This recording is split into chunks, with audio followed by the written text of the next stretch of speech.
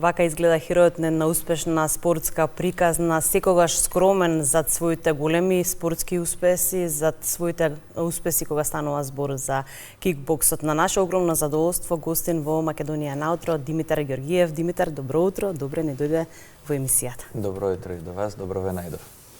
Добре да е дома после подолг период. Не си доволно присутен како што сме навикнати, меѓутоа се разбира секогаш с убава причина си гостин во нашата емисија. Да, точно е. Малку патувам, малку сум надвор од Македонија, малку сум тука, но се трудам да бидам почесто веќе тука.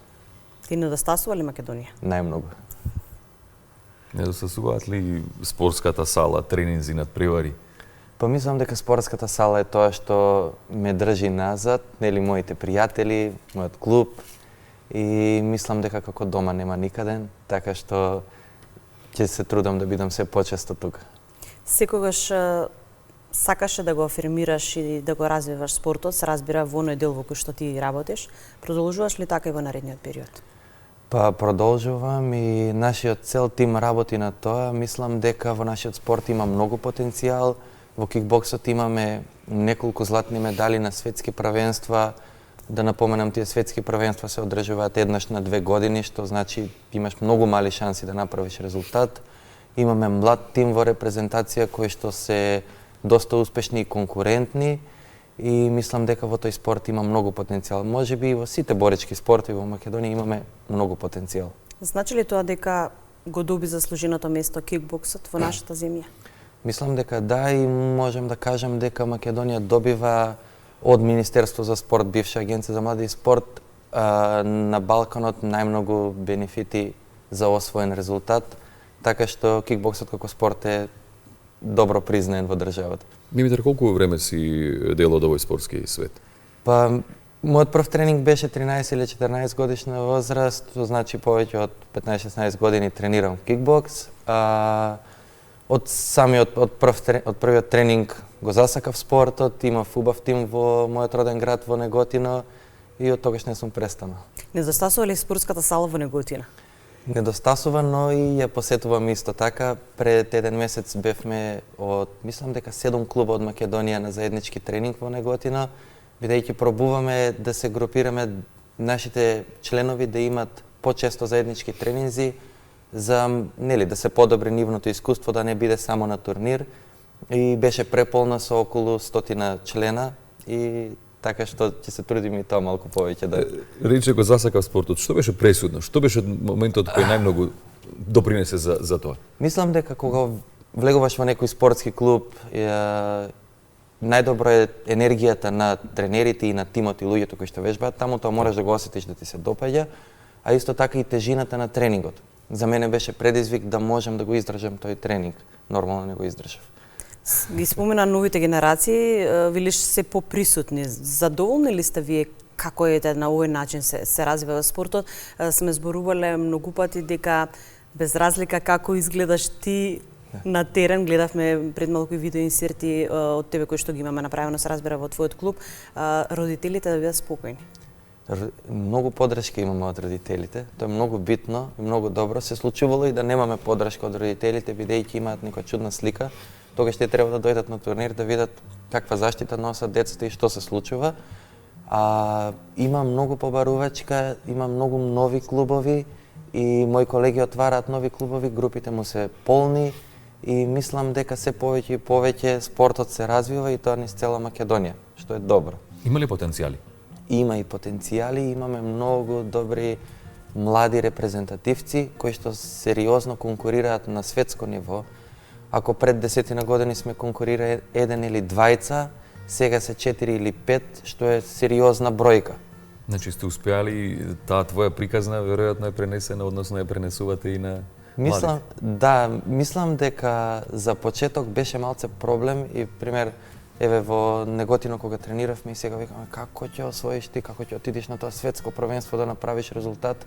И баш еден од моите тренери Ѓорѓи Вучков вика па добро, Шабан Трстено освои 2 пати Олимпијада, значи не е табу тема, не е страшно, ама мораш да направиш резултат. И после тоа мојот другар, колега кој што сме заедно во клубот, Ненад Маноловски, тој освои златен медал, јас освоив златен медал, па Бован Илиевски освои златен медал, тој сега има и клуб преполн со членови и веќе е полесно, едноставно само довербата на националниот тим ни расте.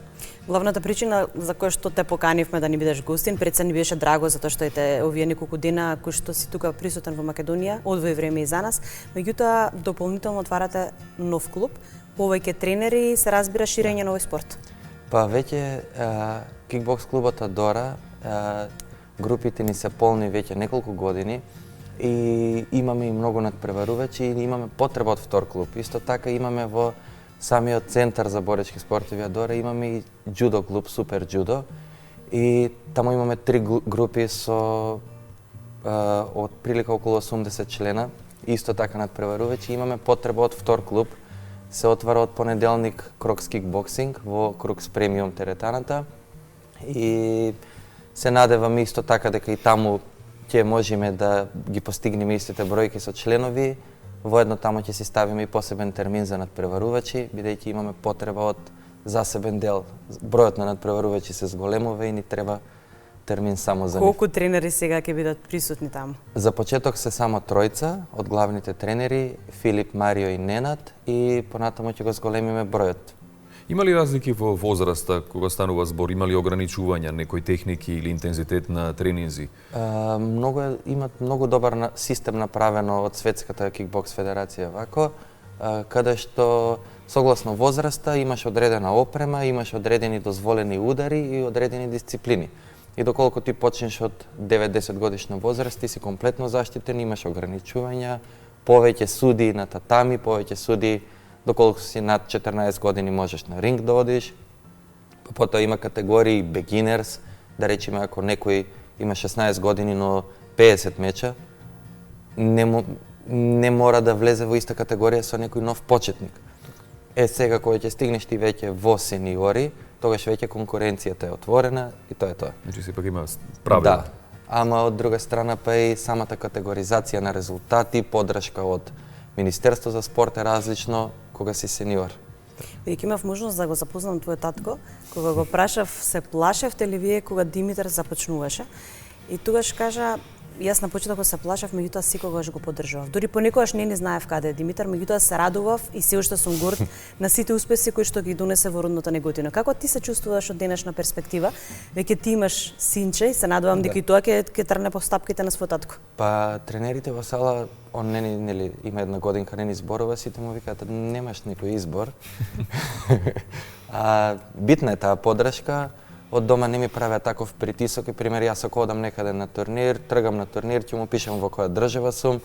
Да, стресно е малку, но и јас ја сакав таа независност да можам да си функционирам. Тие тоа го разбираат, без разлика што е тешко, сега разбирам дека е тешко тоа, но е многу неопходно. Ние сме имале во сала многу големи таленти заради таа дали е притисок, обсесија, не знам, родителска љубов, му се уништува кариерата на спортистот. Денешните генерации се разликуваат многу повеќе од времето кога ти започнуваш? Па не знам, малку е дискутабилно, некои викат секоја постара генерација вика дека помладата е понежна, јас не се согласувам со тоа, само мислам дека се поинтелигентни и само знаат полесен пат да си одберат. А дека се понежни не верувам, само времето е друго. Ми се допадне приказната со неговиот татко, колку е битна практично поддршката од дома. Најбитна. Било зашто иако овде станува збор нели за спорт и вештина, меѓутоа сепак дел од нашите сограѓани го сметаат како опасност, нели, дека има удари, дека Па да, ама доколку таткото сака да има син, мора да се погрижи да тој да биде машко дете, нели, да биде. Сега мојот татко бил 2 години во јена армија, бил каратист и тој знае дека доколку физички телото ти е силно, цврсто, ти нема да имаш некој голем проблем. Так. Доколку си енергичен, доколку имаш вишок на енергија, мора да те насочат во спорт. Најдобро е. Так. Димитар, твоите идни планови? Моите идни планови, почнуваме со нов клуб, спремаме и трета локација до крај на годината.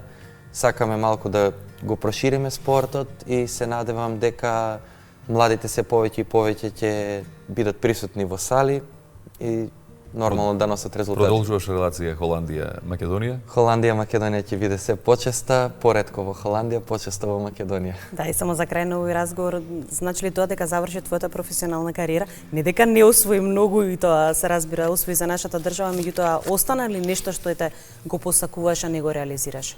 Остана и се надевам дека можеби некогаш пак ќе настапам на некој турнир, но треба да е многу сериозен, многу голем турнир, како што кажа, баш да биде професионална организација, тогаш да, доколку се работи за аматерски како репрезентација, можам да настапам како тренер и да помагам на тимот. Се разбира, кога имаме ваков сериозен гостин, мора да има и сериозен турнир.